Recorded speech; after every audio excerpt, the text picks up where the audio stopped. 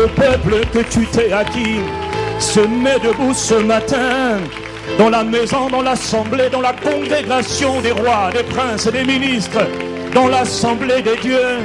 Nous t'honorons, nous t'exaltons, nous te donnons gloire. Seigneur, c'est toi que nous exaltons. J'étais dans la joie, Seigneur, je suis dans la joie ce matin. Je te rends grâce pour le privilège et la grâce, pour le souffle de vie, Seigneur. Ah, mon âme ce matin soupire après toi, et mon esprit se réjouit dans ta présence. Allons que quelqu'un adore l'Éternel, le Dieu de gloire, que quelqu'un célèbre, que quelqu'un acclame son nom. Donnons-lui gloire, donnons-lui gloire, donnons gloire à tout mon être entier. Je donne gloire à son nom, le nom de Jésus, le nom de Jésus. C'est pour toi, c'est pour ce nom que je me lève, c'est en ce nom que je crois, c'est par ce nom que je vis, c'est par ce nom que j'opère, c'est par ce nom que je parle, c'est par ce nom que je m'exerce, le nom de Jésus. Reçois la louange, reçois l'adoration, reçois l'adoration. Ah, tu es digne de gloire, tu es digne de mes louanges.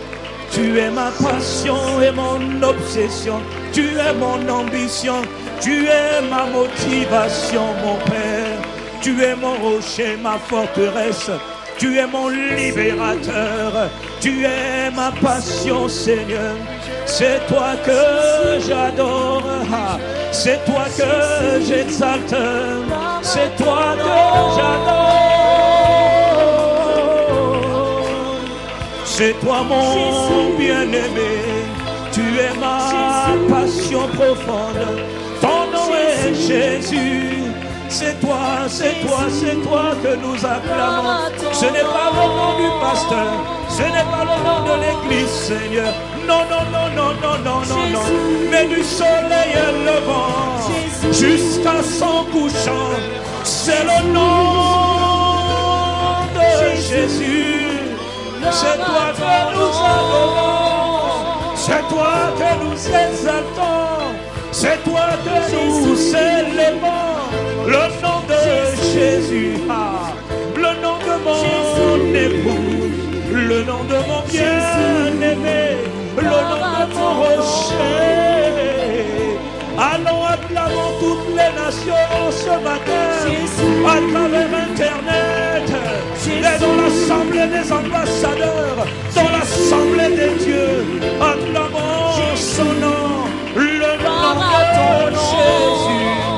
Donnons-lui gloire, donnons-lui honneur, le nom de Jésus, passionnellement, admirable et merveilleux.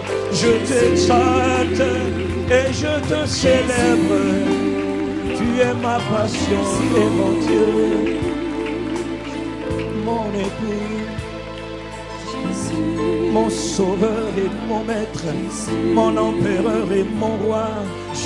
Digne d'être appelé seule sainteté, seul digne d'être appelé sa sainteté, sa majesté, son éminence, son excellence, l'Éternel des armées, le Seigneur mon rocher. Tu es ma passion, mon obsession, ma motivation, mon ambition secrète. C'est ton nom, c'est ta gloire. Reçois la louange, Seigneur. Je répands mon cœur devant toi. Je m'humilie humblement devant toi. Et je te donne gloire, gloire et louange. Ton nom est magnifique. Ton nom est magnifique sur toute la terre. Ton nom est digne de louange. Oh, ton nom est merveilleux, magnifique. Le nom de Jésus. Oui, j'aime ce nom. Du soleil levant jusqu'à son son couchant. Jésus. C'est le nom qui retentit dans mon esprit. Jésus. C'est le nom de ma délivrance. Jésus. C'est le nom de ma préservation. Le nom de ma restauration. C'est le nom Jésus. Allons que quelqu'un s'oubliera à ce nom. Jésus. Ce n'est pas le nom d'une religion. Jésus. Ce n'est pas le nom d'une entité quelconque. Jésus. Mais c'est le nom du Créateur des cieux et de la terre. Le nom de notre salut. Nous te célébrons. Nous te donnons gloire. Jésus. Admirable Seigneur. Jésus. Admirable Sauveur. Jésus. Admirable Maître. Admirable Propriétaire. Reçois la louange. Reçois l'honneur et la gloire. Jésus. Allons, reçois notre Père. Jésus. Esprit de Dieu, reçois. Jésus. Tendre Père, reçois. Jésus. Seigneur Jésus, reçois. Reçois notre appréciation. Jésus. Reçois notre acclamation. Jésus. Reçois notre ovation. Jésus. Il a dit pousser vers l'éternel Jésus. des cris de joie. En l'honneur de son Saint-Nom. Jésus. Que quelqu'un pousse des cris de joie. Jésus. Que quelqu'un lui donne gloire. Jésus. Que quelqu'un lui donne honneur. Jésus. Quelqu'un adore son nom. Quelqu'un proclame son nom. Jésus. Quelqu'un proclame ce nom. Jésus. Quelqu'un adore ce nom. Jésus. Quelqu'un confesse ce nom. Jésus. Quelqu'un qui n'a pas honte de lui. Jésus. Jésus reçoit la louange. Jésus. Jésus reçoit l'honneur et la gloire. Jésus reçoit la sagesse. Jésus. Majesté suprême. Autorité royale. Jésus. Nous te célébrons, nous t'aimons. Jésus. Nous sommes passionnés de toi. Jésus. Nous sommes amoureux de toi. Jésus. Toi seul, Jésus. Reçois la louange. Reçois l'honneur et la gloire. Seigneur, nous sommes reconnaissants. Seigneur, nous nous humilions humblement devant toi. Nous n'avons jamais dit que nous étions capables de faire quelque chose par nous-mêmes. Mais nous reconnaissons que notre capacité nous vient de toi et de toi seul. Nous voulons nous recommander, nous nous soumettons humblement devant toi. Magnifique, excellent, admirable, glorieux Saint-Esprit. Merveilleux, omnipotent Esprit de l'Éternel. Majestueux Saint-Esprit. C'est toi que nous voulons honorer. Ce n'est pas le nom d'un pasteur, ce n'est pas le nom d'une église, ce n'est pas le nom d'une organisation, mais du nom du soleil levant jusqu'à son couchant. C'est le nom de Jésus, c'est le nom de l'Éternel, c'est le nom de notre héros, de notre appui, de notre bien-aimé. C'est le nom de l'empereur, c'est le roi qui a créé les cieux et la terre et tout ce qu'il renferme. C'est le nom qui doit être exalté, c'est le nom qui doit être glorifié.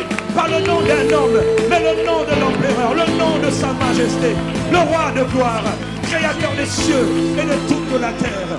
Reçois la louange, reçois l'honneur, reçois, Seigneur, notre profonde gratitude. Inspire cette parole. Nous nous soumettons à toi, Seigneur, dans notre ridicule, dans notre petitesse. Nous nous humilions humblement devant toi, Seigneur. Et prends le contrôle. Magnifique Saint-Esprit, magnifique Esprit de Dieu, excellent Saint-Esprit, excellent enseignant, excellent motivateur, excellent guide, source de toute sagesse, de toute révélation parfaite, source de toute connaissance parfaite. À toi la louange, à toi l'honneur, à toi la gloire. Nous nous disposons, Seigneur, pour toi. Nous emmenons toute pensée captive à l'obéissance à Christ maintenant.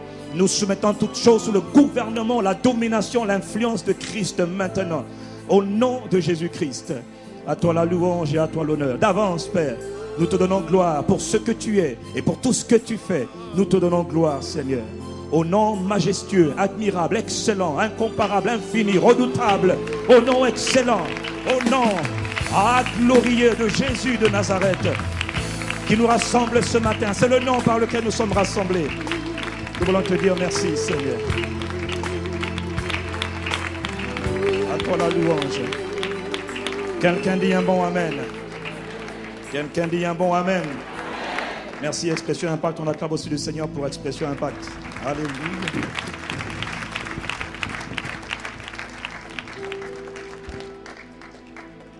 Veuillez vous asseoir dans la présence merveilleuse du chef du gouvernement, Sa Majesté, Son Excellence, Son Éminence, Jésus de Nazareth, Créateur des cieux et de la terre.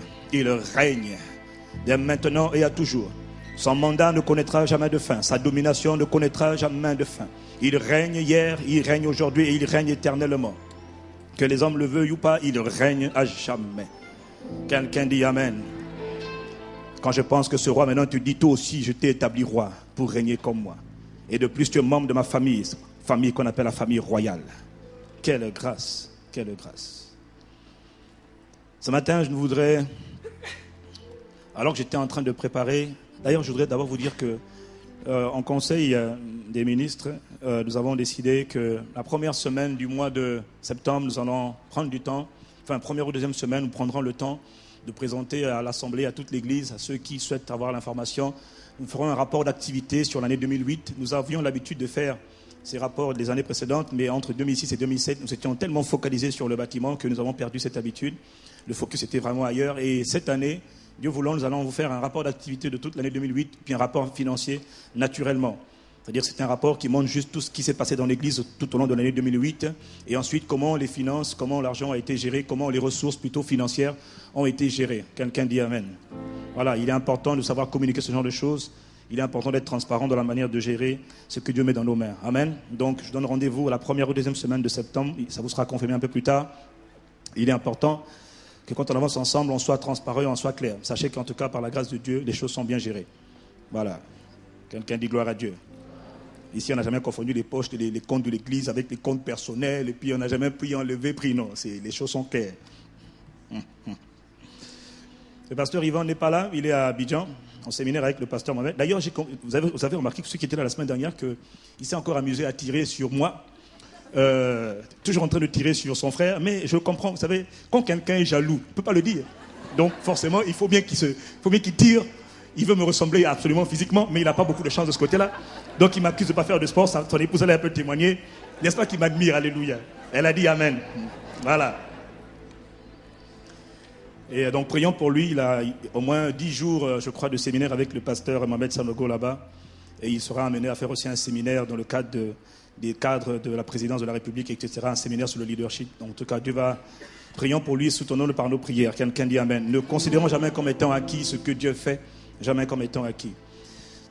Vendredi, pendant que j'étais en train de méditer, préparer un autre message, l'Esprit de Dieu m'a dit, non, tu restes sur le même message, tu ne fais pas une autre série. Je voulais rentrer dans un nouveau thème pour 2 ou 3 semaines. Le Saint-Esprit m'a empêché, il m'a dit, non, tu reparles de ce que le pasteur Yvan a déjà parlé depuis quelques semaines. Et vous savez, il y a des choses qui sont tellement importantes qu'on ne peut pas les passer juste comme ça. Et quelqu'un me disait que ton frère et toi, vous êtes un peu comme des Formule 1. Vous foncez, vous croyez que tout le monde fonce comme vous. J'ai dit c'est la vérité et je me suis arrêté, j'ai vraiment réfléchi, puis j'ai sondé un peu autour de moi, je me suis rendu compte qu'il y a beaucoup de choses qui ne sont pas encore des acquis, et notamment le mystère de la nouvelle création. Et sans que ce matin, je vais donc poursuivre sur ce que le pasteur Yvan a commencé, enfin, sur le thème sur lequel nous sommes depuis quelque temps, pourquoi et comment se maintenir spirituellement en forme. Pourquoi d'abord, en quoi c'est important, puis comment le faire. Je n'aurai peut-être pas le temps d'insister sur comment le faire encore aujourd'hui, mais je tiens à donc redire ces choses qui ont déjà été dites, tellement elles sont essentielles pour nous. Quand une nourriture est importante, qu'elle nous fait du bien, il faut prendre le temps de la mâcher lentement et sûrement. Quelqu'un dit Amen. Donc voilà, je vous invite à ouvrir vos Bibles dans le livre de 1 Timothée, chapitre 4, versets 7 à 9, qui est le texte de référence de ce thème, pourquoi et comment se maintenir spirituellement en forme. Il y a des choses qui vont être redites, et puis il y a des choses qui vont être dites différemment, certainement. Le but, je vous rappelle, c'est vraiment d'asseoir, de maîtriser, de comprendre parfaitement de quoi on parle. Parce que vous savez, ce que Dieu veut pour nous, ce n'est pas juste que nous connaissions les concepts ou les notions. Quelqu'un dit Amen. Ce que Dieu veut, c'est que nous connaissions la parole et que nous soyons capables d'en parler sans stress, en étant détendu, sans panique, parce qu'il y en a qui vont te dire « Oui, mais tu m'embrouilles ». Le but, justement, c'est que tu ne sois pas embrouillé. Le but, c'est que tu comprennes de quoi tu parles. Tu saches ce que tu as à dire et tu saches comment il faut le dire. Quelqu'un dit Amen. Donc voilà pourquoi nous insistons et nous réinsistons sur les mêmes choses. 1 Timothée, chapitre 4, versets 7 à 9. L'apôtre Paul encourage Timothée. Il exhorte Timothée. Il donne des recommandations à son fils, son disciple Timothée. Mais rejette les récits absurdes et contraires à la foi. Entraîne-toi plutôt à rester attaché à Dieu. La version Parole vivante dit, exerce-toi plutôt à rester spirituellement en forme. Entraîne-toi à rester attaché à Dieu et à mener une conduite qui corresponde à la foi, à ta foi. Exerce-toi plutôt à rester spirituellement en forme. Entraîne-toi à rester attaché à Dieu et à mener une conduite qui corresponde à la foi. Verset 8. L'exercice physique a son utilité, certes, mais celle-ci est limitée. L'attachement à Dieu, lui, est utile à tout. La version Parole vivante dit, s'attacher à Dieu, par contre, s'entraîner à vivre sa foi, voilà qui est essentiel, voilà qui est primordial. Cela te sera utile à tout et en toutes circonstances, puisqu'il possède la promesse de la vie pour le présent et pour l'avenir. Et verset 9, il dit, c'est là une parole qui est certaine. C'est là une parole qui est certaine et qui mérite d'être reçue sans réserve par tous les hommes. L'exercice physique est utile à tout.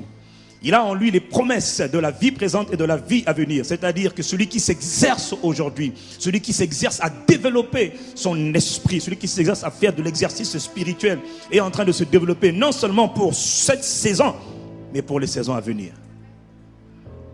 Alors pour expliquer, pour rentrer encore dans le message aujourd'hui, je devrais mettre juste en place quelques fondations que nous avons expliquées ces derniers mois. Nous avons expliqué que, mon frère, ma soeur, l'univers est régi par des lois naturelles et des lois spirituelles. Les lois naturelles sont connues, on les appelle les lois de la pesanteur, de l'aérodynamique, les lois hydrostatiques par exemple. Les lois spirituelles par contre sont beaucoup moins connues. Parmi les lois spirituelles, nous avons étudié ces dernières semaines, nous avons parlé de la loi de la foi, la loi de la semence et de la moisson, la loi de la prière, la loi de la vision. La prière n'est pas juste un désir ou un plaisir, la prière est une loi, c'est une loi, la loi de la prière. La foi n'est pas juste quelque chose de religieux, absolument pas. La foi est une loi. La loi de la vision, ce sont des lois spirituelles. Nous avons dit que le monde spirituel, donc le monde invisible, commande, domine, impacte, influence directement le monde naturel, c'est-à-dire le monde visible. Nous avons dit que le monde invisible, donc le monde spirituel, est supérieur au monde naturel, au monde invisible. Le monde de l'esprit étant supérieur, ça veut dire quoi? Ça veut dire que l'esprit commande la chair, l'esprit commande la matière. La loi de l'esprit commande la loi des 5 sens, qui est une loi plutôt naturelle. La plupart des gens, malheureusement, dans l'église, même en dehors, ne comprennent pas du tout les lois spirituelles. Les lois spirituelles. Même les chrétiens, même les citoyens du royaume des cieux ne comprennent pas les lois spirituelles. Nous avons dit, les dernières semaines, que toutes les batailles que tu livres se livrent d'abord dans le monde invisible. Nous avons dit ces dernières semaines, ces derniers mois, que Dieu a enfoui notre destinée à l'intérieur de nous, dans notre esprit. Alors nous avons expliqué que pour faire sortir de nous ce que Dieu a enfoui à l'intérieur de nous, pour manifester ce que Dieu nous appelle à être, pour développer, pour déployer, pour révéler ce que Dieu nous appelle à être, il faut impérativement apprendre comment faire pour emmener les choses de l'invisible vers le visible, du spirituel vers le naturel, c'est-à-dire de l'esprit vers le naturel, vers la matière. Est-ce que vous me suivez? Voilà pourquoi la Bible insiste pour que quiconque est né de Dieu, quiconque a connu Dieu, quiconque rencontre le Seigneur, doit impérativement apprendre à ne plus marcher selon les 5 sens, selon les sens, mais apprendre à marcher selon l'esprit. Selon l'esprit. Voilà pourquoi il a dit que mon juste, celui que j'ai justifié, déclaré non coupable, celui que j'ai racheté, doit apprendre à marcher, pas par la vue, mais par la foi, qui est une loi spirituelle. Est-ce que quelqu'un me suit? Lorsque le monde visible, nous avons dit, lorsque le monde naturel dit que quelque chose est impossible ou quelque chose est incurable, ça veut simplement dire que les hommes, dans leur sagesse, dans leur connaissance, n'ont pas réussi à trouver les remèdes ou les solutions qui se trouvent dans le monde spirituel pour les amener dans le naturel. Il fut un temps où la tuberculose, il fut un temps où la malaria étaient des maladies incurables. Aujourd'hui, elles ne le sont plus parce que les vaccins ont été trouvés. Mais ces vaccins, ces formules se trouvaient où? Elles se trouvaient dans l'esprit de quelqu'un, dans l'imagination de quelqu'un. Est-ce que quelqu'un me suit? Et ils ont été amenés à manifestation. Amen. Autrement dit, dans le royaume des cieux et dans le monde invisible dont nous parlons, dans le monde spirituel dont nous parlons, les mots impossibles, les mots incurables n'existent pas. Tout est possible. Si Jésus dit tout est possible, ça veut dire que tout est possible. Soit il ment, soit nous n'avons pas compris. Tout est possible. Tout est possible parce que tout vient d'abord de l'esprit. Tout vient du monde spirituel. Tout vient du monde invisible et se manifeste dans le visible. Si toutes les batailles se mènent dans l'invisible, donc dans l'esprit, la question qui se pose donc à nous, nous nous sommes posé la question la dernière fois, la question qui se pose à nous, alors, qui livre ces batailles, qui livre ces combats pour moi? Le pasteur, il va donner la réponse. Il a dit, c'était mon homme intérieur, mon esprit. Mais vous voyez, je me rends compte, en méditant, en étudiant encore, en posant quelques questions, que quand on dit mon esprit, beaucoup ne comprennent pas. Même quand on dit mon esprit ou l'homme spirituel. Alors, vraiment, ce matin, je prends le temps. Je vais doucement. Prends le temps d'expliquer ces choses que nous ne comprenons pas vraiment. Ou ces choses que nous comprenons comme étant des notions. Ce n'est pas très clair. Est-ce que vous me suivez? Il y a beaucoup de gens ici, beaucoup de gens qui nous écoutent. Ce n'est pas très clair. Ce n'est pas vraiment évident à comprendre. Alors nous allons prendre le temps ce matin d'expliquer ces choses. Comment mon esprit le fait-il? Pasteur Yvon a dit la semaine dernière, il le fait avec l'arme de la prière et il le fait par la foi. Nous avons dit que voilà pourquoi il est indispensable d'exercer et de développer l'esprit, c'est-à-dire l'homme intérieur. L'esprit, l'homme intérieur, c'est-à-dire la partie de ton être qui prend les choses dans le monde spirituel et qui les amène dans le naturel. Est-ce que quelqu'un me suit? Alors en méditant, je me suis rendu compte que franchement, si l'ennemi veut nous séduire, si l'ennemi veut nous tromper, si l'adversaire, le diable, veut nous détruire, il n'y a pas beaucoup d'efforts à faire. Il a juste à, par exemple, s'assurer que tu ne comprennes jamais l'importance des lois spirituelles. Et j'avoue, moi, ça va faire peut-être 18 ans que j'ai connu le Seigneur, depuis que j'ai connu Christ, depuis que Christ est venu en moi. Mais c'est bizarre. C'est seulement depuis quelque temps que nous avons commencé à réellement, parfaitement comprendre les fameuses lois spirituelles. Et pourtant, on a entendu, on a lu, vous voyez comme quoi parfois la révélation elle est progressive. Quelqu'un dit Amen. Tu entends quelque chose aujourd'hui, tu as capté quelque chose. Tu l'entends demain, tu captes encore autre chose. Tu l'entends après-demain, tu captes encore autre chose. Ne cesse jamais d'écouter. Ne cesse jamais de t'instruire. Quelqu'un dit Amen. Et c'est maintenant que je comprends, mais alors ô combien en profondeur, ces différentes lois spirituelles. Et c'est terrible de voir comment le peuple de Dieu ne comprend pas les lois spirituelles. Nous ne comprenons pas les lois spirituelles. Nous comprenons par contre les lois naturelles. La pesanteur, je tombe, je monte, je descends. On comprend la pesanteur, mais on ne comprend pas les lois spirituelles. La loi de la foi n'est pas une option, c'est une loi. Quelqu'un dit Amen. La loi de la semence, de la récolte, c'est une loi. Ce n'est pas seulement mon bon plaisir, c'est une loi. La loi de la vision est une loi. Pas de vision, pas de destination. C'est une loi, mon frère, ma soeur. Et rassure-toi, si le diable veut te détruire, il va t'aveugler sur ces différentes lois. Il va te priver de la connaissance de ces lois. Par contre, bien entendu, il les enseigne aux gens qui travaillent avec lui. Ceux qui pratiquent la divination, les sciences ésotériques, la magie et toutes ces choses. Ces gens-là comprennent mieux les lois spirituelles que toi. Ils comprennent beaucoup mieux les lois spirituelles que les religieux. Est-ce que vous me suivez? Ils les maîtrisent, ils les comprennent, donc ils peuvent opérer. Si le diable voulait te détruire, mon bien-aimé, il t'aveuglerait. Ou encore il t'enseignerait, mais de manière erronée, la loi de la foi. Écoute, tu es un bon religieux, sois un bon religieux, va à l'église, alléluia, va à l'église, va je ne sais pas dans quel temple, dans toutes sortes de choses. Oh, mais la foi, alors j'ai une foi chrétienne, j'ai une foi musulmane, j'ai une foi bouddhiste, j'ai une foi... Ils ne comprennent même pas, ils comprennent ni ce qu'ils disent, ni ce qu'ils font, ils ne comprennent rien du tout. On nous a aveuglés sur la loi, la compréhension de la loi de la foi. On te l'explique, mais on te l'explique de la mauvaise manière. On ne t'a pas rendu service. Pareil pour l'importance de la loi de la prière. Aujourd'hui, combien de gens comprennent la loi de la prière? Combien de gens perçoivent la prière comme étant une loi? Quand le pasteur dit que ce n'est pas une option, c'est un commandement, c'est une loi. La prière n'est pas un désir, c'est une loi. On obéit ou on n'obéit pas à cette loi. La prière. Alors là encore, je constate que bien souvent, on ne nous a pas expliqué le pourquoi de la prière et le comment de la prière. Même quand on dit prier, c'est parler à Dieu. Prier, c'est important. Mais on ne nous explique pas réellement le pourquoi prier. En quoi c'est important et comment prier. Lève-toi le matin, prie. Seigneur, voici ma souffrance. Ma maladie est là. Je te l'offre. Oh mon Seigneur, je t'aime. Dieu dit, je n'en veux pas. Tu n'aimes pas comment prier. Alors quand tu dis prière, il a dit, ok, Seigneur, paresse, fainéantisme. Et on commence à traîner les pieds. Vous savez pourquoi? Parce qu'on n'a pas compris. C'est une loi. Alors on fait ce qu'on appelle le service minimum. Et je reconnais que le diable a été très rusé là-dedans. très très rusé. Nous avons dit les semaines dernières que c'est par l'exercice de la prière donc que les hommes sont capables j'insiste, de manifester dans le visible ce qui est dans l'invisible. Est-ce que quelqu'un me suit? Par ton corps, mon frère, ma soeur, tu es en relation avec le monde naturel, le monde de la matière, le monde visible. Par ton corps, terra, en grec, terra, tu es en rapport, tu es en connexion, en contact avec le monde, en relation avec le monde naturel.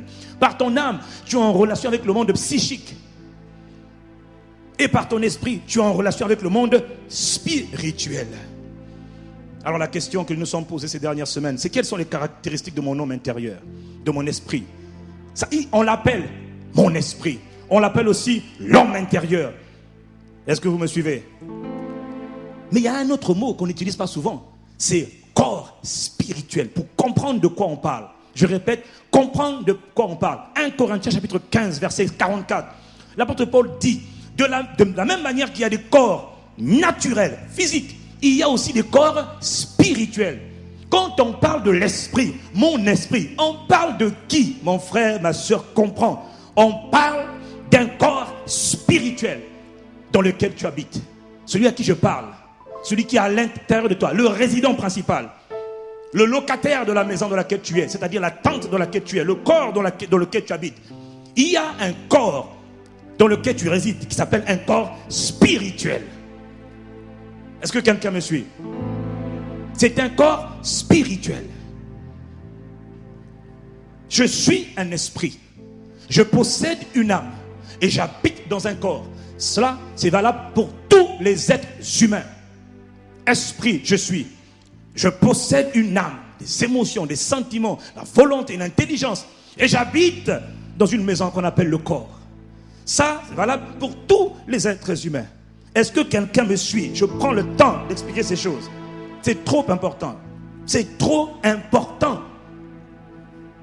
Donc on l'appelle le corps spirituel, où on dit mon esprit. Donc quand tu dis mon esprit, tu es en train de parler de ton corps spirituel. Quelles sont les caractéristiques de mon homme intérieur alors? Que dois-je savoir à propos de cet homme intérieur? Cet homme intérieur, mon esprit, mon homme intérieur, mon corps spirituel, c'est lui qui entre en plaidoirie devant Dieu. C'est lui qui crie à Dieu. C'est lui qui arrache, c'est lui qui saisit, c'est lui qui intercède avec hardiesse, c'est lui qui arrache. Pasteur Yvon disait Lombano, il le dit avec l'accent italien. Ça se voit qu'il a trop vécu à Milan. Il arrache, il saisit, il se bagarre et il manifeste dans le naturel ce qui se passe dans le spirituel. Il y a un héritage que Dieu a donné, comme Paul prie. Mais de quoi l'apôtre Paul parle-t-il? Je prie qu'il illumine les yeux de vos cœurs pour que vous compreniez la grandeur, la splendeur, la grandeur de l'héritage. Mais de quel héritage tu parles? Tu parles, Paul, on ne comprend pas de quoi tu parles. Soit tu mens, soit je n'ai pas compris. De quel héritage tu parles? Jésus ne va pas refaire ce qu'il a fait, il a déjà tout accompli. Il n'a rien oublié, il a dit tout est accompli. Mais de quoi tu parles, Jésus? Hein? Toi qu'on dit prophète là, comment peux-tu penser que c'est un prophète? Mon Dieu, quelle ignorance. Bien plus que cela, créateur des cieux et de la terre, Dieu manifesté en chair. On veut le réduire à une portion de prophète. Il a tout accompli. De quoi? Qu'est-ce qu'il a accompli? De quoi parlait-il? Et puis il dit, je vous ai tout donné. Tout l'héritage du Père vous appartient. Voilà pourquoi il dit, vous êtes des co-héritiers. Mais alors c'est quoi cet héritage? Cet héritage, mon frère, ma soeur, Dieu l'a enfoui dans ton esprit, ton corps spirituel, pas ton corps naturel. Laissez-moi, suivez-moi, je vais quelque part. Dites Amen. Et donc maintenant, c'est moi, par la force, par l'autorité, par l'exercice de mon esprit, qui doit me battre, qui doit me déployer. Ou mon esprit, je dois faire violence, hardiesse, courage, force et pas de paresse pour arracher mon héritage. Dans la Bible dit qu'il est dans les lieux célestes. Dans l'esprit, l'héritage est. Il faut le sortir, il faut le manifester, il faut le vivre. C'est cet homme intérieur dont l'apôtre Paul écrit qu'il a besoin d'être puissamment fortifié. Éphésiens chapitre 3, verset 16. Il dit, à cause de cela, je fléchis les genoux devant le Père, afin qu'il vous donne selon la richesse de sa gloire. Il y a des mots qui sont lourds. Afin qu'il vous donne selon la richesse de sa gloire. Est-ce que tu comprends de quoi on parle? D'être puissamment fortifié par son esprit, le Saint-Esprit, dans l'homme intérieur. Éphésiens chapitre 6, verset 10, il dit au reste, frères, fortifiez-vous dans le Seigneur. Soyez forts dans le Seigneur, par sa force toute puissante, pensant. Par quoi? Sa force. Quelle force? Toute puissante. Qu'est-ce que Paul est en train de dire? Paul est en train de dire que ton esprit peut être... que le Saint-Esprit peut rendre ton esprit très, très, très fort et très, très puissant. Écoutez, tu as un corps, tu as un esprit, tu as un homme intérieur. Le résident, le vrai toi. Alors qu'est-ce que Paul dit? C'est possible que cet esprit, cet homme intérieur, soit puissamment fortifié par Dieu lui-même. Autrement dit, qu'il soit rempli de capacités par Dieu. Qu'il soit rendu très puissant par le Saint-Esprit. Ce même esprit, l'homme intérieur, s'il craque, tout le reste de ton être craque. Jette l'éponge. Ta vie devient un naufrage. Ta vie devient un échec. Pourquoi? Parce que ton esprit est aussi gros qu'une spaghetti. Il n'a pas de... Spaghetti. Lorsque Dieu parle souvent à ton esprit. Dieu est esprit. Et Dieu parle à ton esprit. Dieu m'a parlé, il m'a dit de me lever. Dans me lever, c'est ça? Mais j'ai sommeil. Non! Quand Dieu parle, il parle à ton esprit. Il parle au résident. Il parle à la personne principale. Quelqu'un dit Amen. Il ne parle pas à ce corps qui parfois endormi. L'esprit est bien disposé, mais la chair est faite. Il ne parle pas à la chair. Il parle à l'esprit. Prends courage. Il parle à ton esprit. Ne crains point. Il parle à ton esprit. Lève-toi. Il parle à l'esprit. Sois fort. Il parle à l'esprit. Il ne peut pas te demander quelque chose qui est impossible. Quelqu'un dit Amen. S'il te le dit, parce qu'il sait que tu es capable. Tu entends la parole qui t'a créé. Alors la parole te rend fort. Quelqu'un dit Amen. C'est ton esprit, ton homme intérieur, ton corps spirituel. Ton corps spirituel, c'est à lui que Dieu parle. C'est aussi le même corps spirituel qui ne dort pas, qui ne dort jamais. L'esprit ne dort jamais. Le corps spirituel dort, ne dort jamais. Le corps naturel, physique, dort. Mais le corps spirituel, mon frère, ma soeur, comprenez-le, ne dort pas. Est-ce que vous me suivez? Beaucoup de songes que tu fais la nuit parlent des activités de ton homme intérieur, de ton corps spirituel. Tu es là, tu dors. Tu te sens étouffé. Et tu n'arrives plus à ouvrir la bouche pendant que tu dors. Alors dans ton cœur, au nom de Jésus, ça, on t'étrangle. Il y en a qui connaissent ça. Il y a quelqu'un qui a déjà vécu ça. On t'étrangle. Au nom de Jésus. Mais ta bouche est fermée. Qui parle? Ton corps spirituel qui a une bouche. Quelqu'un dit Amen. C'est lui qui est en train de parler au nom de Jésus. Alors tu as agressé au nom de Jésus. Brusquement, pouf, il lâche. Qui était agressé? Ton corps spirituel qui est trop rachitique. Il est tellement rachitique qu'il est aussi gros qu'une patte. Quand on te voit, on te pèse, on dit là-bas il n'y a rien, il est trop léger. Le corps spirituel. Est-ce que quelqu'un me suit? Donc c'est lui qu'on attaque souvent la nuit. Dit-il. Alors la solution, qu'est-ce que c'est pas de dire pasteur, prie pour moi. Non. Solution, attention, corps spirituel trop rachitique, très bien. Maintenant, on va commencer à manger. On prend la bonne nourriture. Pourquoi? Il faut muscler.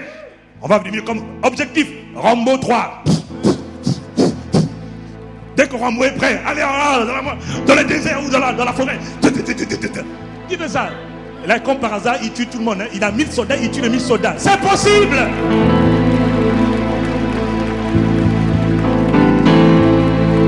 C'est possible. Moi, je ne tue pas 1000. Je tue des milliards, des milliards et des milliards. Tant qu'il y en a, je les massacre. Je me lève et je les taille en pièces au nom de Jésus-Christ. C'est clair. Je sais en qui j'ai cru, je sais ce que je suis. Je suis un esprit uni au Saint-Esprit en plus. Bon sang. Laissez-moi, je vous conduis quelque part. Quelqu'un dit Amen. Donc tu n'as pas à avoir peur. Tu as juste à développer, exercer, développer l'esprit, le corps spirituel. Est-ce que quelqu'un me suit? C'est donc cet homme intérieur, ce corps spirituel, écoutez, que Dieu a créé au commencement. C'est lui que Dieu a créé. C'est lui qui est le véritable toi. L'homme intérieur. Ce n'est pas ton corps que je vois là, qui sourit. Non, qui a de belles dents, un beau visage. Ce n'est pas ça. Me faire 1m90, ça ne veut rien dire. Ce qui m'intéresse, c'est le spaghetti qui est à l'intérieur, qu'il faut développer. C'est cet homme intérieur qui ne connaîtra jamais la mort grâce à la réconciliation acquise par Christ. Il ne connaîtra pas la mort. Il ne peut pas connaître la mort. Tout ce qu'il connaît, c'est le départ. Celui qui est en Christ ne meurt pas. Celui qui est en Christ part. C'est un immigré sur la terre. On l'appelle un voyageur sur la terre. Il est venu en mission. Secrète ou publique. Il est venu en mission. Et il doit partir. Où? D'où il vient? Où? Le royaume de Dieu. C'est de là qu'il vient. Il a un passeport français ou africain, peu importe. Et puis il a un passeport céleste qui lui ouvre toutes les portes sur la terre. Bon sang. Et quand on lui dit, ici, c'est la France, tu n'as pas le droit de rentrer ici, attention, toi tu viens de l'Afrique, rentre pas ici, il dit, oublie-moi, j'ai un passeport céleste, je vais partout, je veux. La terre et tout ce qu'elle renferme appartient à l'Éternel. Moi je marche partout, je veux marcher. Aucun homme ne me mettra des limites, jamais de la vie, je sais qui je suis. Les hommes ont des bonnes idées, mais franchement, des fois, ça ne marche pas. Parce que les idées de Dieu sont meilleures. C'est cet homme intérieur, cet esprit, ce corps spirituel, qui ne peut pas connaître la mort. Pourquoi? Parce que celui qui est en Christ, il est déjà réconcilié avec Dieu. Or, la mort, c'est la séparation avec Dieu.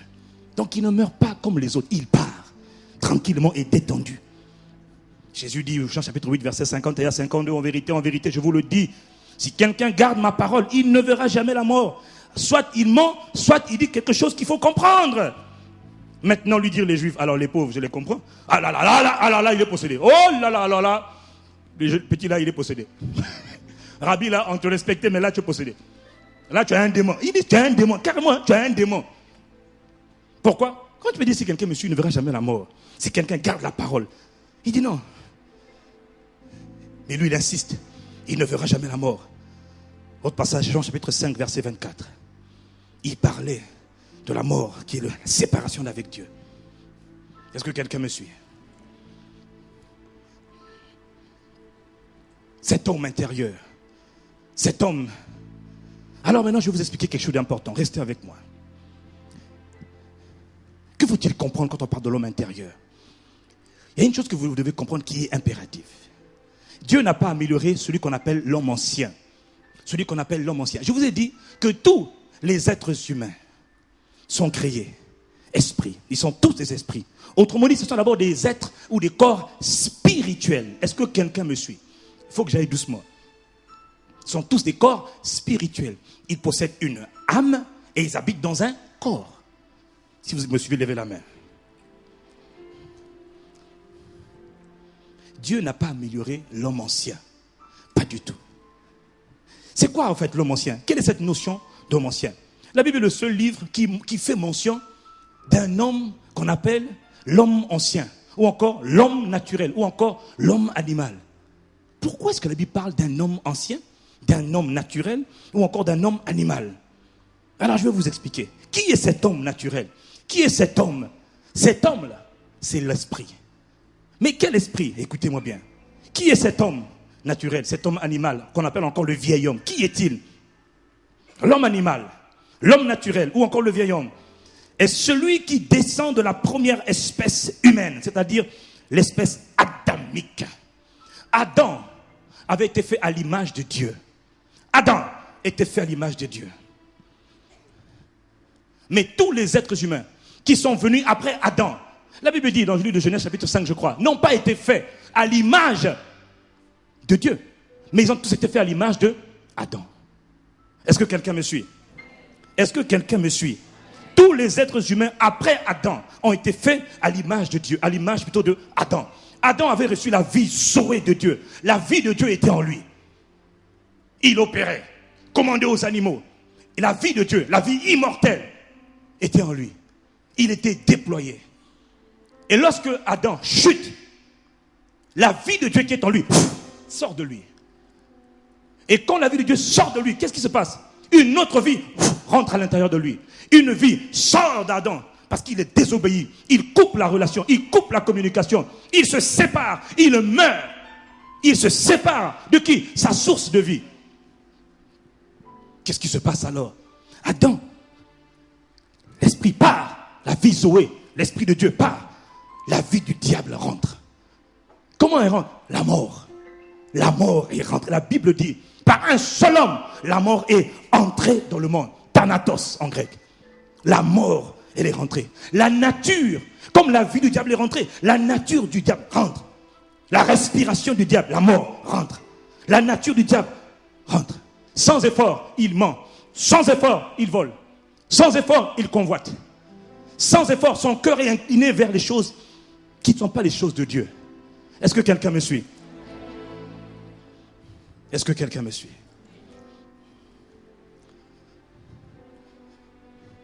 L'homme animal, l'homme naturel, c'est celui qui descend de la première espèce humaine. Mais tous les hommes n'ont pas été faits. Et ça, vous voyez, même nous, on n'a pas compris ça. Tous les hommes ne sont pas faits à l'image de Dieu. Tous les hommes sont faits à l'image de Adam. À l'image de... Et le pasteur Karambiri le disait pendant la conférence, le deuxième jour, je crois. Ils sont tous faits à l'image de Adam. Et non pas à l'image de Dieu. Qui est cet homme naturel alors? C'est un esprit. C'est un esprit qui est là depuis Adam, qui procède, qui est la descendance naturelle de Adam. Suivez-moi, je vous emmène quelque part.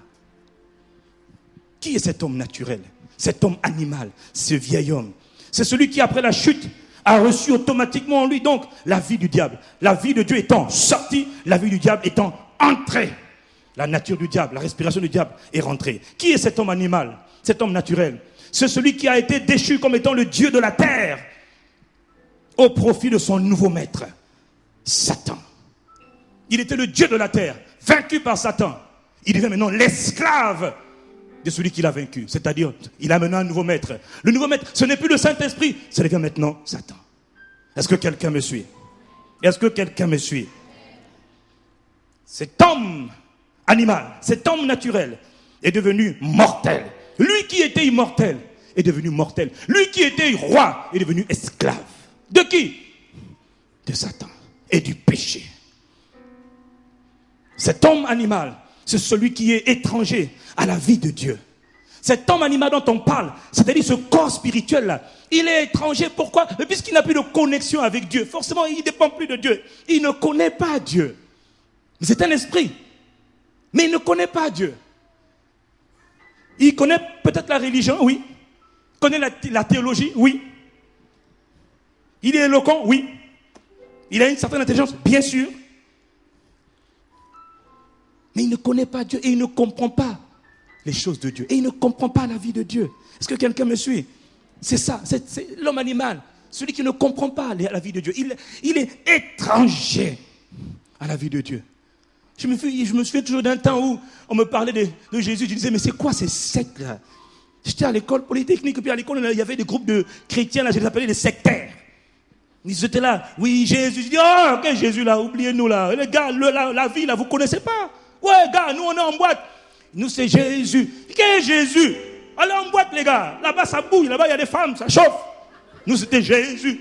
Je l'ai trouvé ridicule. Je ne comprenais pas la vie de Dieu. J'étais étranger à la vie de Dieu. Est-ce que quelqu'un me suit?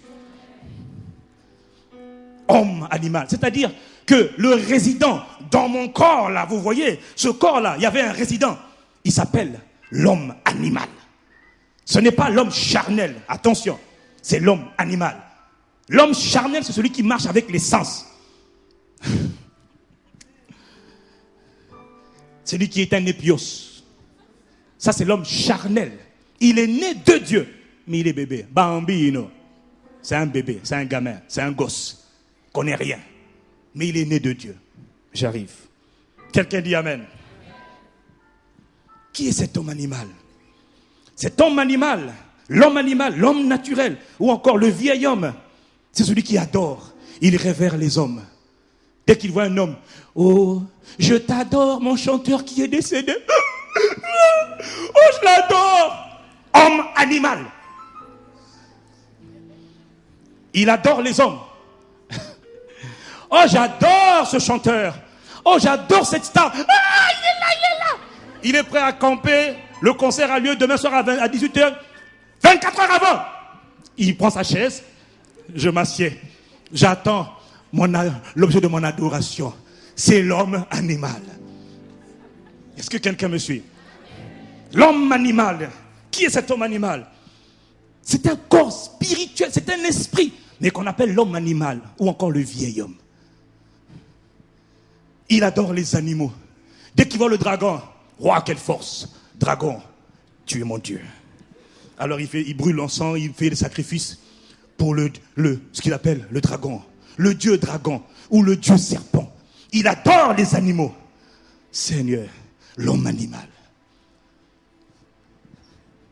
Celui qui descend de Adam. La nature déchue, la nature corrompue, la nature souillée. Qui est cet homme animal?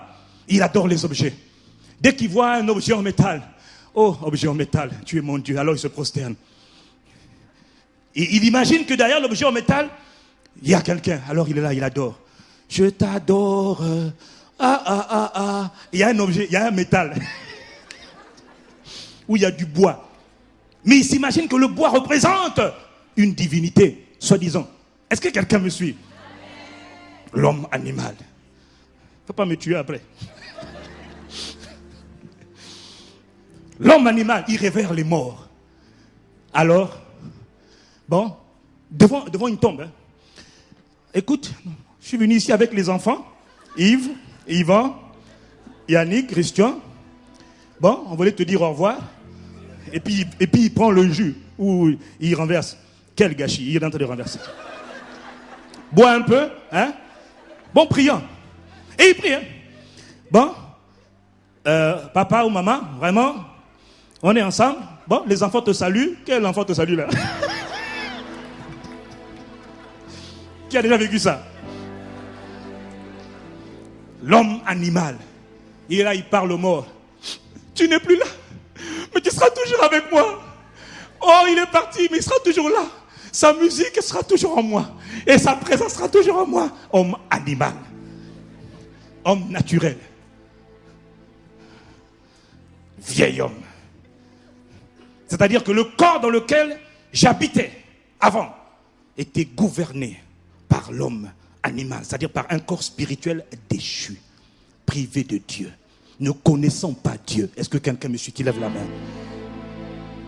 L'homme animal, il adore les idoles. Il adore les posters. Il adore les images. Dans sa chambre, tu vois un gros poster. Il est content. Il est content. Je t'adore. Oh, je t'adore.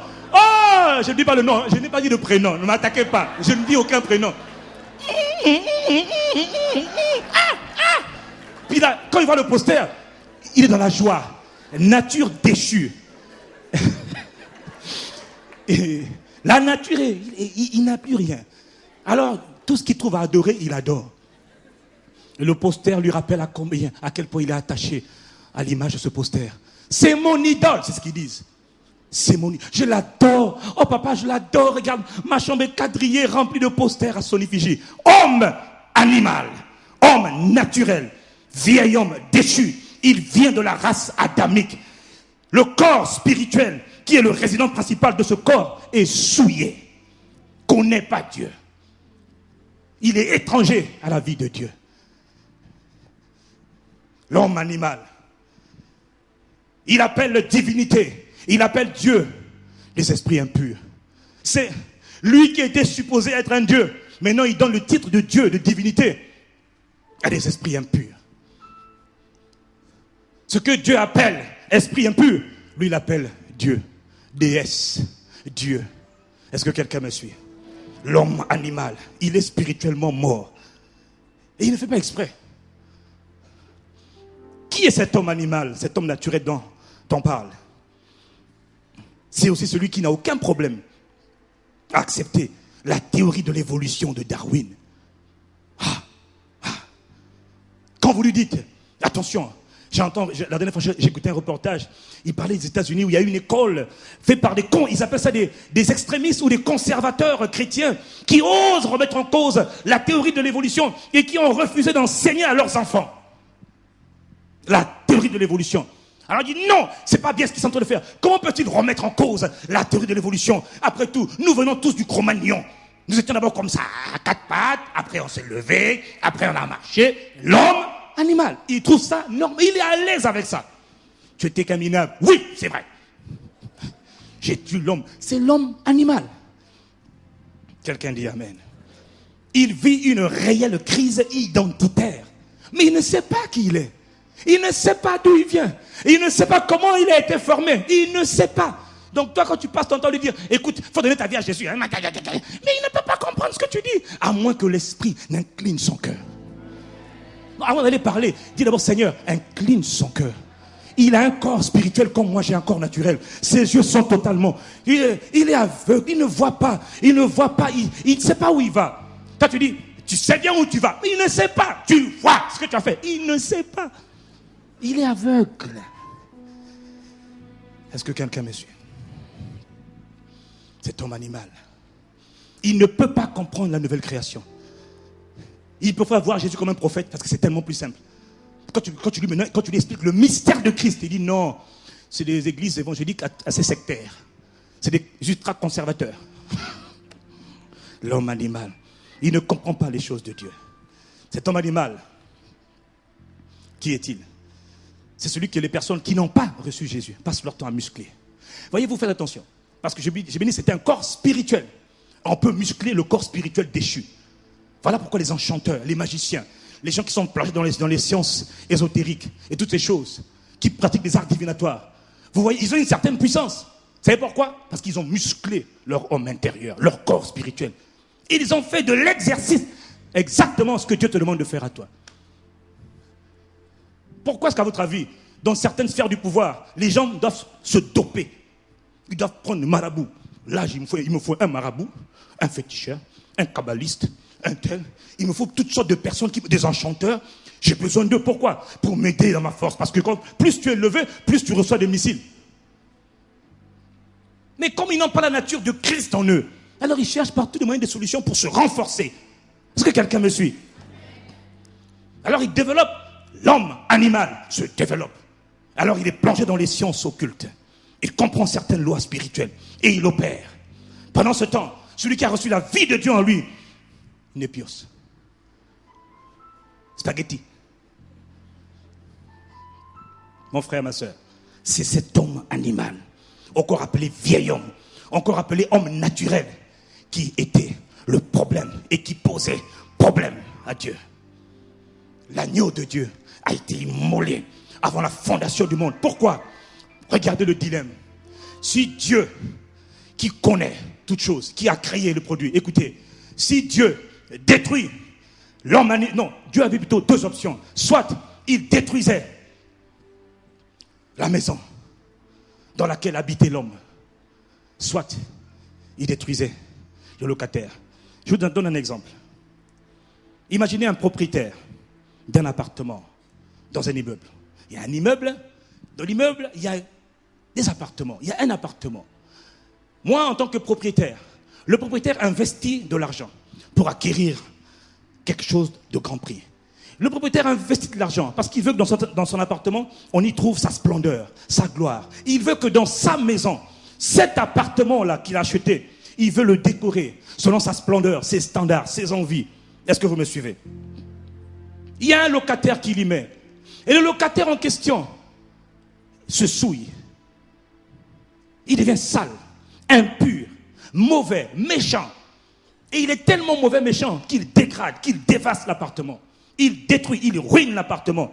Il en fait un lieu de désolation. Il en fait un lieu de mort.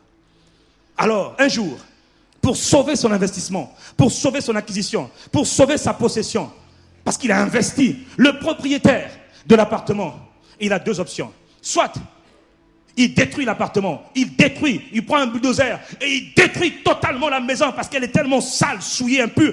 Détruisons la maison. Il y en a marre de cette maison qui est sale. elle est impure, elle me fait honte, alors je la détruis.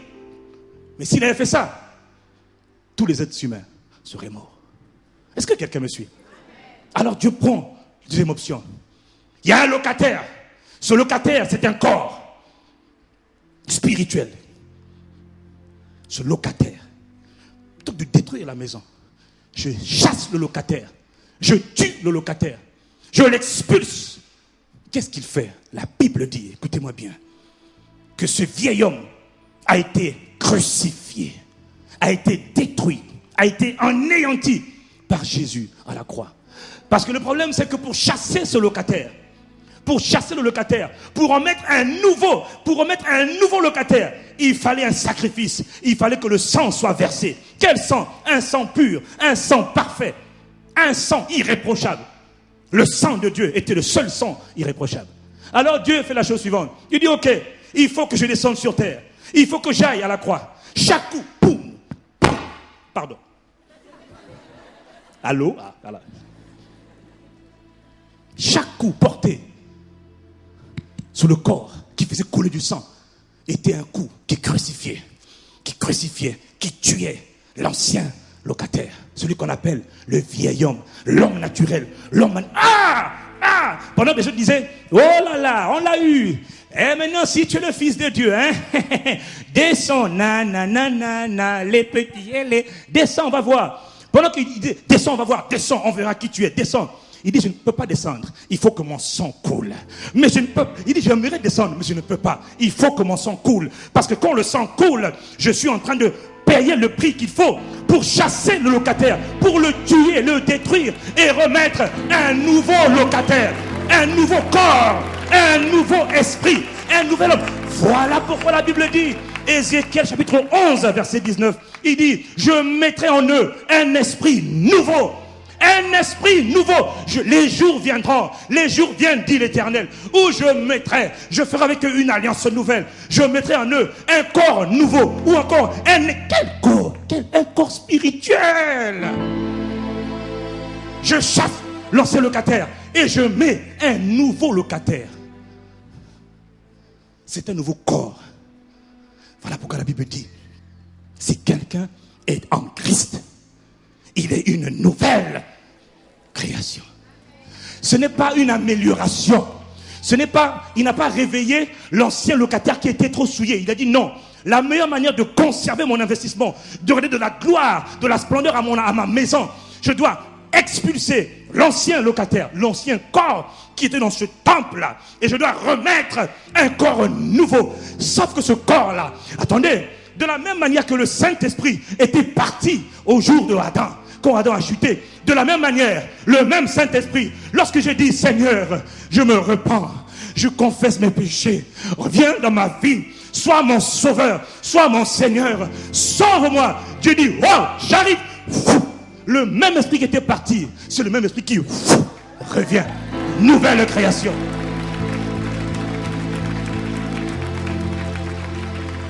Deux Corinthiens chapitre 5, il dit, version Jérusalem, 2 Corinthiens chapitre 5 verset 17, il dit, si quelqu'un est dans le Christ, c'est une création nouvelle.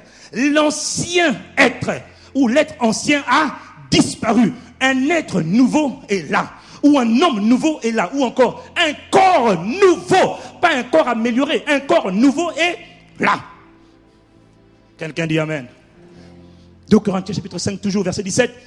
Version parole vivante, il dit, si quelqu'un entre en communion vivante avec le Christ, il devient un homme nouveau. Il est recréé. C'est-à-dire créé de nouveau. Est-ce que vous me suivez? L'ancien état est dépassé. Ce qu'il était autrefois a disparu. La nouvelle création a déjà commencé. Voici, tout est devenu nouveau. C'est cette nouvelle création que Jésus est venu inaugurer sur la terre des vivants. Ça n'a rien à voir avec une religion. Il est venu pour établir une nouvelle race qui est exactement comme lui. Cette nouvelle création, elle n'est plus comme l'ancienne création. C'est-à-dire ce nouveau corps qu'il est venu à mettre en toi. Il est 100% humain, 100% divin. Il a une dimension divine totale, une dimension humaine totale. ce nouvel homme, ou encore nouveau esprit, c'est lui qu'on appelle un Dieu. Pourquoi? Ce qui naît d'un chien est chien. Ce qui naît d'un humain est humain. Ce qui naît de Dieu est Dieu. Quelqu'un dit Amen. Le nouvel être, le nouveau corps, celui qu'on appelle l'homme nouveau, ou le nouvel homme intérieur, autrement dit le nouveau locataire, il est là pour redonner de la gloire à la maison. Mais il dit, voilà pourquoi la Bible dit, 1 Corinthiens chapitre 6, il dit, j'ai un trou de mémoire. Celui qui est uni au Christ est avec lui un seul esprit. Tu dis, mais le Saint-Esprit, il est où? Mais tu ne comprends pas. Le Saint-Esprit est venu et lié avec le nouveau corps. Le Saint-Esprit et le nouveau résident font un. Celui qui est uni au Seigneur est un seul esprit avec le Seigneur. Est-ce que vous me suivez? Un seul esprit, pas deux, un seul esprit. Un nouveau corps spirituel dans le même... On voit que le bâtiment ne change pas. Le bâtiment ne change pas. Je n'ai pas changé. Je suis la maison. Je n'ai pas changé. Et le ravalement, il n'y a pas de problème. Même si l'aspect extérieur apparaît être mauvais, ce qui compte, c'est l'intérieur. L'intérieur a changé. Et le changement vient de l'intérieur vers l'extérieur. Est-ce que quelqu'un me suit? Le but de Dieu, c'est de faire en sorte que le nouvel être là, mais qui a reçu maintenant sa vie à lui, qui a reçu sa vie, parce qu'il est la vie, alors la vie est déposée dans le même être. Il redonne de la gloire, de la splendeur, de la magnificence, de la beauté à la même maison. C'est toi. Et là, il parlait de toi. Écoutez, le problème. Je vous ai dit, Jésus est venu inaugurer une race qui lui ressemble. Jésus aurait dû arriver logiquement, si j'étais à sa place. Il aurait dû arriver comme une soucoupe volante. Boum! Jérusalem. Ils sont où, les Juifs? Ils sont où, les Israélites? Je vais leur prêcher l'évangile. Il dit, toi tu viens d'où? Je suis Jésus, pas de Nazareth, je suis Jésus du ciel. J'arrive à l'instant. J'ai été envoyé par le ciel. J'ai 30 ans, je commence mon ministère. Est-ce que quelqu'un me suit? Il n'a pas fait ça.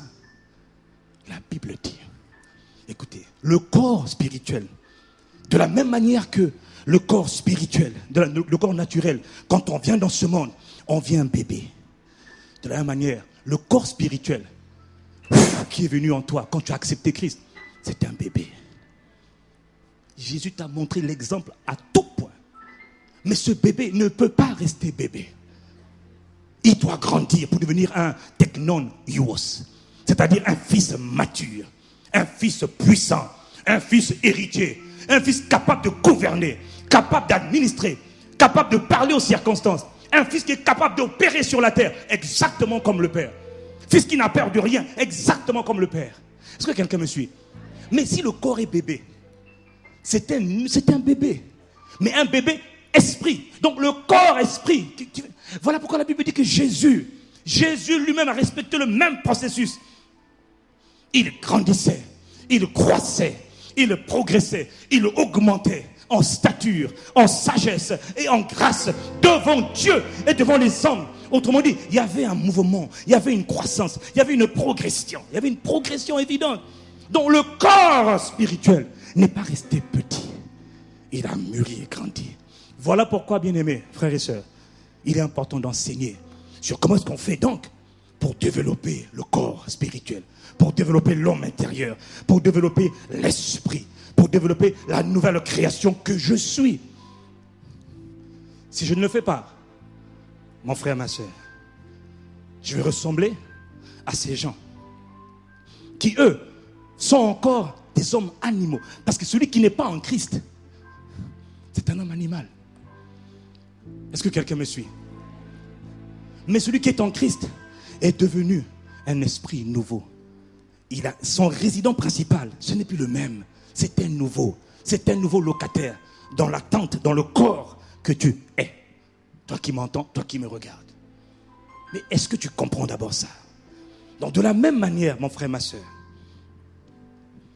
qu'un corps physique doit se laver, doit se nourrir, doit faire des exercices. C'est ce que le pasteur disait la semaine dernière.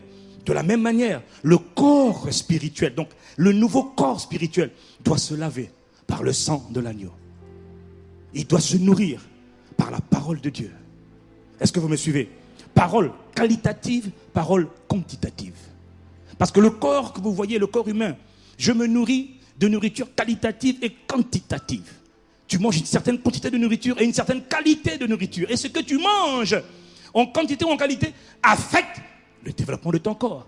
Et ce que tu fais comme exercice musculaire affecte la force musculaire que tu as. Quelqu'un dit Amen. Il y a des choses que tu peux porter. Il y a des tables, il y a des sacs de ciment qui pèsent 100 kilos, 200 kilos. Il y a des poids qui pèsent 200 kilos que tu ne peux pas porter, mais que d'autres personnes peuvent porter. De la même manière, spirituellement, mon frère, ma soeur, le vrai toi, il y a des missions, il y a des charges, il y a des responsabilités que tu ne peux pas porter si tu n'es pas fort spirituellement. Si tu n'es pas aiguisé, musclé, équipé, robuste, tu ne peux pas. Même si tu veux, tu ne peux pas. Donc la solution consiste à faire de l'exercice. Quelqu'un dit Amen. Il faut nourrir l'esprit. La Bible dit à ceux qui ont reçu la parole a donné le pouvoir de devenir enfant de Dieu. Le pouvoir de devenir enfant de Dieu. Le problème, le pouvoir vient du fait que tu reçois. Or, recevoir, c'est accepter. C'est pas écouter. C'est accepter. Est-ce que tu acceptes ce que Dieu dit de toi? Si tu n'acceptes pas, c'est même pas la peine de continuer. Pourquoi est-ce que j'insiste? Parce que frère, c'est trop important. Est-ce que tu acceptes? Et pour beaucoup d'entre nous, c'est là le problème. C'est non seulement on ne comprend pas, mais même quand on veut comprendre, je refuse. Trop compliqué pour moi. Frère, tu vas passer à côté de ton héritage. Je refuse. Donc il faut exercer l'esprit. Exercer ce nouveau corps. Lui donner une forme. Est-ce que quelqu'un me suit? C'est ça le but de l'enseignement que le pasteur donne depuis plusieurs semaines maintenant. Équiper l'esprit. Un esprit fort porte des charges, porte des poids, porte toutes sortes de responsabilités. Et il n'a pas peur. Un esprit faible a peur. Je vais m'arrêter là pour aujourd'hui. Beaucoup de choses encore à dire. Mais Dieu voulant, je vais continuer la semaine prochaine. Nous allons incliner la tête en signe de révérence envers Dieu.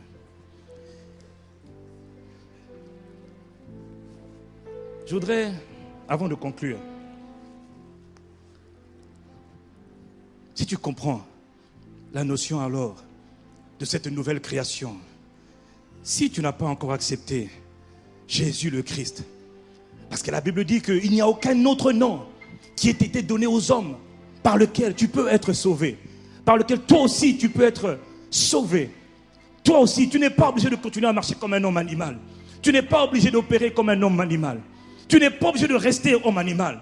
Il y a une autre création. Il y avait la création adamique. Maintenant, il y a une nouvelle création. Il y a la création de Christ. Il a inauguré une nouvelle ère, une nouvelle espèce. Une nouvelle espèce. L'espèce de Christ. Si dans cette assemblée, aussi par Internet, devant vos ordinateurs, devant vos télévisions, je veux faire un appel, sincèrement. Tête baissée, les yeux fermés. Médite sur ce qui vient d'être dit. Je lance un appel à celui qui ne connaît pas encore Jésus, qui n'a pas eu l'opportunité de dire « Seigneur, je te reçois dans mon cœur, je te reçois dans ma vie. Moi aussi, je veux naître de nouveau. Je veux devenir une nouvelle personne. » Lève la main là où tu te trouves, s'il te plaît. Nous allons prier ensemble. Nous allons te faire entrer dans la famille de Dieu. Lève la main là où tu te trouves. Si quelqu'un ne connaît pas encore Jésus, le Christ, si quelqu'un n'a pas eu l'opportunité d'accepter Jésus comme son Seigneur et comme son Sauveur, si ce que je dis pour toi c'est étranger, c'est un mystère, tu ne comprends pas ces choses-là, bien-aimé, je t'invite à te mettre debout là où tu es. Tout le monde, tous les autres, vous priez. Je t'invite à te mettre debout. Nous allons juste faire une courte prière. Une courte prière. La Bible dit qu'il y a de la joie dans le ciel lorsqu'une seule personne, un seul pécheur se repent. Lorsqu'un homme qui marchait comme un homme animal se repent, change de voie. Il y a de la joie, il y a de la fête dans le ciel. Et il y a de la fête aussi ici, c'est lorsqu'une seule personne accepte. Et là où tu te trouves, toi, derrière ton ordinateur, derrière cet écran de télévision, je t'invite à faire la même chose, à te lever là où tu te trouves, comme nous ici dans cette assemblée. Si tu n'as pas encore accepté Christ dans ton cœur, si pour toi c'est un mystère, tu ne comprends pas la vie de Dieu, tu es étranger à la vie de Dieu, Dieu te tend la main et dit, n'endurcissez pas vos cœurs comme au jour de la révolte. Si quelqu'un entend ma voix, si quelqu'un entend ma parole, Si quelqu'un ouvre la porte de son cœur, je rentrerai en lui, je viendrai, je me ferai connaître à lui. Lui et moi, nous deviendrons un. Et sa vie, je vais la changer, je vais la métamorphoser. Bien-aimés, je vous invite, toujours tête baissée, les yeux fermés. Je vous invite là où vous êtes. Nous allons tous ensemble élever notre voix pour couvrir les voix de nos frères qui se sont levés. Merci mes frères, merci. Nous allons tous ensemble. Vous allez après moi répéter cette prière. Là où vous êtes. Seigneur Jésus. Seigneur Jésus. ICC, je ne vous entends pas. Seigneur Jésus. J'entends ta parole. Je reçois ta parole. Seigneur, je te demande pardon. Sincèrement. Pour mon ignorance. Pour mes fautes. Je viens devant toi. Tel que je suis. Et je réalise combien j'ai besoin de toi. Combien tu es précieux. Combien tu es important. Je te supplie. Aujourd'hui, je te supplie. Pardonne-moi. Pardonne-moi. Au nom de Jésus-Christ, je te demande de venir dans ma vie. Je ne veux pas une religion de plus. Je veux le Dieu vivant. Je veux l'Éternel. Je veux le Créateur. Je veux la vie de Dieu. Remplis mon être. Entre dans mon cœur. Sois le Sauveur. Sois le Seigneur de ma vie. À partir d'aujourd'hui, j'accepte de marcher avec toi. Par ta force, par ta puissance. Avec mes frères, avec mes sœurs. Je veux marcher avec toi. Je veux me développer pour toi. Je veux devenir ce que tu m'appelles à être. Je veux manifester ta nature, ta gloire, ta puissance, tes œuvres, ta force, ici-bas, sur la terre. Je te remercie. Je te reçois par une décision de ma volonté. Et désormais, je change de vie. Je deviens un être nouveau, un homme nouveau, un homme nouveau, un esprit nouveau dans ce corps dans lequel j'habite. Et je te remercie parce que maintenant, je peux dire que je suis sauvé, complètement sauvé. Et je m'engage à suivre le Seigneur pour être transformé dans ma vie avec Dieu. Au nom de Jésus-Christ. Merci Seigneur. Amen. Veuillez vous asseoir, vous qui vous êtes levés. Je vous demande, on peut acclamer le Seigneur. Il y a de la joie, certainement, certainement. On peut acclamer le Seigneur. Lui seul est digne de notre louange. Il est digne de notre adoration. Lui seul est digne. Bien-aimés, si vous êtes là pour la première fois ou pour la énième fois, peu importe. Si vous êtes levé, vous avez accepté, vous avez fait cette prière, je vous demande de bien vouloir, à la fin, de ne pas partir, de venir contacter l'assistant pasteur Yann. S'il te plaît, Yann, mets-toi debout. Je te demande de venir contacter l'assistant pasteur Yann. Ce que vous avez fait comme prière est très important. Ce n'est pas une prière à prendre à la légère. C'est la chose, j'ai envie de dire sincèrement que c'est une des décisions les plus fondamentales, ou pour ne pas dire même la décision la plus importante de votre vie. Changement de vie. Quelqu'un dit Amen. Je voudrais juste terminer en disant, vous savez, il y a tellement de choses à expliquer, à enseigner. Mais je vous en supplie. Je peux parler de l'amour, je peux parler de tout ce que vous voulez comme thème, comme sujet. Mais si ça, vous ne comprenez pas ce qui s'est réellement passé lorsque Christ est venu, lorsqu'il est mort et lorsqu'il est ressuscité, si vous ne comprenez pas le mystère de la nouvelle création, c'est le genre de choses, sincèrement, que je préfère même partager en petits groupes. Parce qu'il faut que ça rentre. Il faut que le bébé là, devienne grand. C'est toute une vie, c'est tout un processus, c'est vrai. Mais on peut commencer. Amen. Que Dieu vous bénisse. Juste là, s'il te plaît. On acclame le nom du Seigneur.